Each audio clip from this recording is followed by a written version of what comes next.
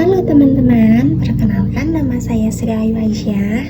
Di video kali ini saya akan mempresentasikan tugas ketiga dari mata kuliah Filsafat Ilmu dengan judul presentasinya adalah pilar-pilar pendidikan dan referensinya di era digital dengan perspektif dari Ki Hajar Dewantara.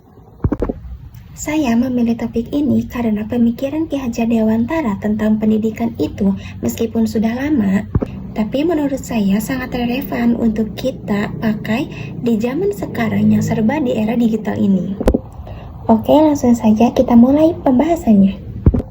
Sebelum masuk ke dalam materi, saya izin untuk perkenalan dulu ya. Perkenalkan, nama saya Sri Ayu Aisyah dengan NIM 8605679115 dari Program Studi Pendidikan Guru Sekolah Dasar dari Fakultas Keguruan dan Ilmu Pendidikan.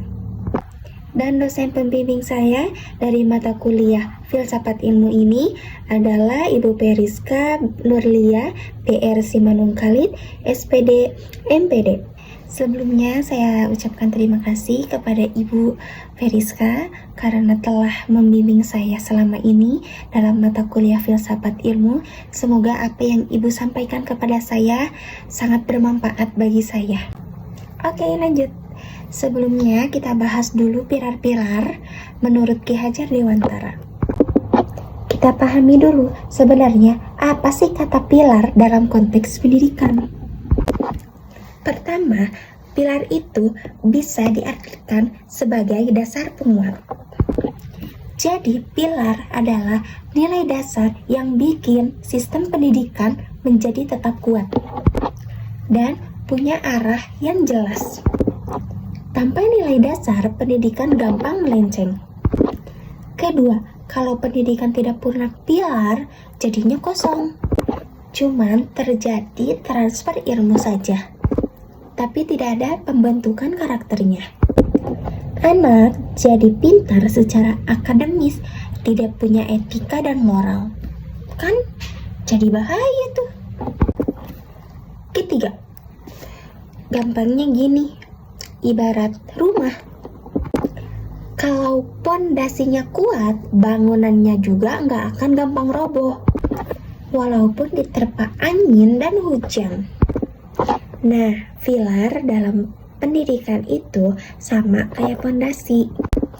Dia jadi penopang supaya proses pendidikan nggak gampang goyah. Jadi intinya, pilar itu penting supaya pendidikan itu nggak cuma ngejar nilai, tapi juga membentuk manusia yang seutuhnya. Nah, sekarang kita masuk ke intinya. Ki Hajar Dewantara merumuskan 3 pilar utama dalam pendidikan.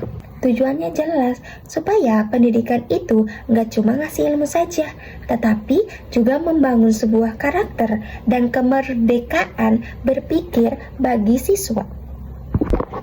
Pilar pertama adalah ing ngarsa sung tulodo. Artinya, di depan seorang pendidik harus menjadi teladan.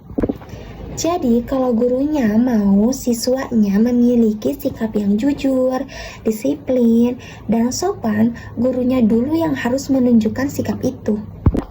Jadi, anak itu lebih banyak belajar dari contoh apa yang kita lakukan, bukan hanya lewat kata-kata yang kita ucapkan gitu.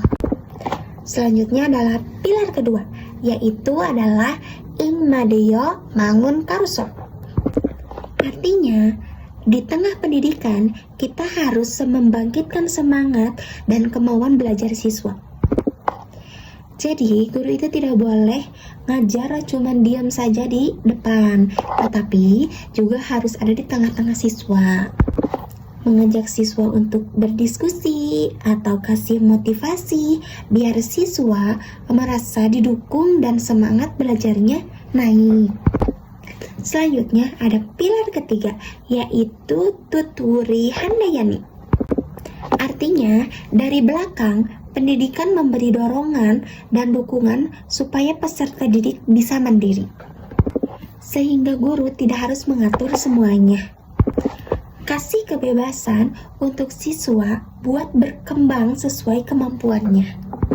tetapi tetap harus diawasi dan didorong dari belakang. Oke, sekarang kita bahas satu persatu ya. Kita mulai dari pilar pertama dulu, yaitu ingarso sung tulodo. Jadi gini, guru atau pendidik itu harus jadi contoh yang nyata dalam sikap, tutur kata, dan perilaku sehari-hari yang dilihat oleh siswa. Kenapa begitu? Karena peserta didik itu belajar lebih banyak dari apa yang mereka lihat, bukan dari apa yang mereka dengar. Contoh sederhananya gini deh, kalau guru datang ke sekolahnya tepat waktu, murid juga lama-lama akan disiplin dan mengikuti apa yang dia lihat ketika gurunya datang tepat waktu, begitu. Jadi, misalnya kalau di kelas nih, gurunya rapi, jujur, dan sabar, itu secara tidak langsung akan membentuk sebuah karakter siswa. Anak-anak bakal meniru dan membentuk kebiasaan baik dari apa yang mereka lihat, gitu. Baik, kita lanjut ke pilar kedua, yaitu Ingmando Mangun Karso. Artinya, di tengah pendidikan harus membangkitkan semangat dan kemauan belajar. Jadi, peran guru di sini itu bukan hanya mengajar di depan doang, tetapi guru juga harus ada di tengah-tengah siswa buat memotivasi dan mendampingi proses belajarnya. Guru itu memiliki fungsi lain, yaitu penyemangat dan penggerak. Caranya bisa dengan ngasih pujian, atau ngadain diskusi antar kelompok, ataupun memakai metode belajar yang menyenangkan, atau seperti bermain game sambil belajar gitu. Contohnya nih, kalau misalnya di kelas ada siswa yang sudah kelihatan bosan, guru bisa mengajak main atau mengasih games edukasi gitu. Tujuannya supaya semangat belajarnya itu meningkat kembali dan suasana di kelas menjadi tidak kaku, seperti itu. Sekarang kita ke pilar terakhir, yaitu tuturi handayani. Artinya, di belakang pendidikan memberi dorongan dan dukungan agar peserta didik bisa lebih mandiri. Di sini guru tidak selalu harus berdiri di depan kelas, tetapi tugas guru itu lebih mengawasi dan memberi dukungan dari belakang, dengan tujuan supaya siswa berani, mandiri, serta percaya diri dan bertanggung jawab atas belajarnya sendiri gitu. Contohnya nih, guru bisa ngasih kebebasan terhadap siswa untuk berekspresi, misalnya pas lagi presentasi. Biarkan siswa jalani dulu sendiri, terus di akhir baru guru ngasih masukan positif. Jadi intinya kita dorong siswa untuk lebih berani mencoba, tetapi tetap kita bimbing kalau ada yang salah gitu. Oke, lanjut. Terus kenapa 3 pilar ini masih relevan di era modern sekarang? Yang pertama, dari Ingarso Sung Tulodo. Sekarang guru nggak cuman jadi teladan di kelas saja, tetapi juga di media sosial dan di dunia digital lainnya. Jadi apa yang kita posting dan apa yang kita ucapkan juga akan dilihat oleh siswa. Jadi kita harus jaga sikap gitu. Yang kedua ada Ingmando Mangun Karso. Guru bisa memotivasi siswa lewat teknologi. Misalnya pakai gamifikasi, kuis interaktif, atau proyek kolaboratif lewat Google dan Canva. Jadi belajarnya lebih seru dan tidak membosankan. Yang ketiga ada tuturi handayani. Teknologi justru mengasih ruang buat siswa bereksplorasi lebih mandiri. Mereka bisa belajar lewat YouTube edukasi, aplikasi belajar, atau riset sendiri. Terus, tugas guru di sini adalah ngerahin dan ngasih dukungan supaya mereka gak tersesat.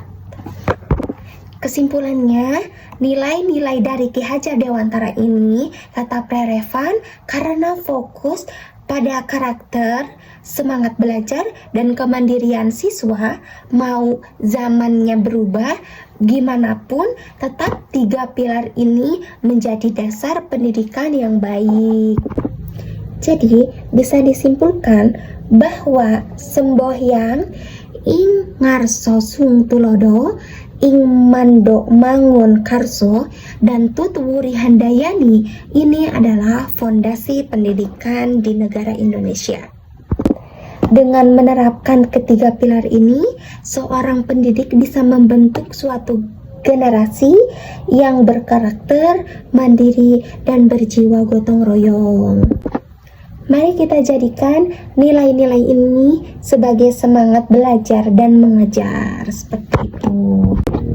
Terima kasih atas perhatiannya. Semoga apa yang saya sampaikan dapat bermanfaat. Assalamualaikum warahmatullahi wabarakatuh.